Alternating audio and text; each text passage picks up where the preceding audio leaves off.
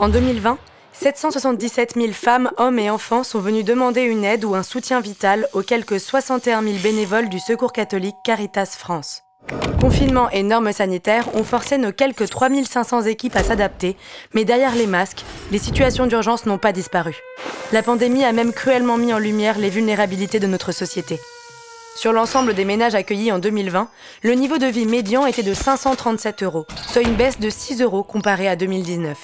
C'est peut-être un détail pour vous, mais parfois, ça veut dire beaucoup. Et surtout, cela raconte l'érosion progressive qui est à l'œuvre. Pour tous les profils qui avançaient sur le fil du rasoir depuis des années, étudiants, artisans, auto-entrepreneurs, ils ont cette fois-ci basculé dans la pauvreté. Celles et ceux qui étaient déjà en situation de pauvreté ont vu leur quotidien s'aggraver, et ce malgré les aides publiques qui ont partiellement limité la casse. Quant aux personnes qui étaient hors des radars sociaux, comme les sans-papiers ou celles et ceux vivant dans l'économie informelle, leur pauvreté déjà extrême n'a fait que se renforcer. Parmi les ménages rencontrés, 2 sur 3 vivent désormais sous le seuil d'extrême pauvreté. Bienvenue dans la pyramide du pire, celle d'une chute sans fin. La pauvreté en France frappe avant tout les jeunes actifs et les enfants. 3 personnes sur 4 accueillies par le Secours catholique en 2020 ont moins de 45 ans. Et c'est un cercle vicieux. Parmi les personnes que nous avons rencontrées, un adulte sur 5 peut compter sur un emploi, mais 2 sont au chômage et 2 en inactivité. Or, sans revenus réguliers, il est compliqué de se loger. 32% des ménages n'ont pas accès à un logement stable. Il n'était que 20% en 2010. Et face à cette terrible précarité, les enfants sont en première ligne. En 2020, 30% des moins de 20 ans vivaient dans des habitations précaires, contre 13% en 2010. Les contes de fées en prennent un sacré coup. Le tiers des personnes que nous rencontrons sont des familles monoparentales et parmi elles, 90% sont des femmes seules vivant avec leurs enfants, particulièrement fragilisées par la crise sanitaire. Alors que leurs faibles ressources ont souvent baissé, ces mères isolées ont dû prendre en charge de nouvelles dépenses, notamment liées à la fermeture des écoles et donc des cantines scolaires. Mais comment arbitrer entre les dépenses incontournables, loyer, eau, électricité qui augmentent, et les besoins vitaux comme les dépenses alimentaires pour vos enfants ?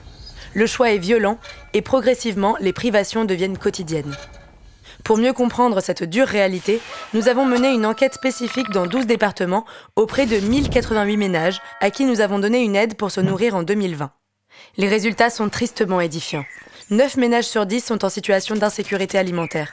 27% déclarent devoir régulièrement se priver de manger pendant une journée entière, voire davantage.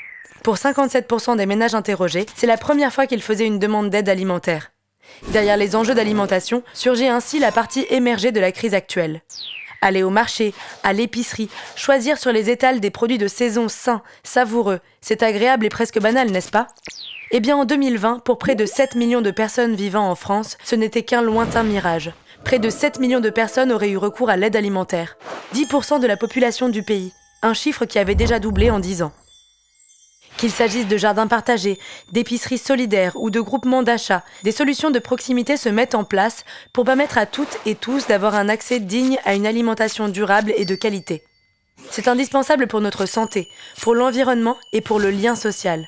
Mais cela ne suffira pas. Ce qu'il faut, c'est assurer à chacune et chacun des conditions d'existence dignes, un revenu minimum garanti, un toit et un emploi pour vivre dignement. Voilà ce que demandent les personnes que nous rencontrons au quotidien.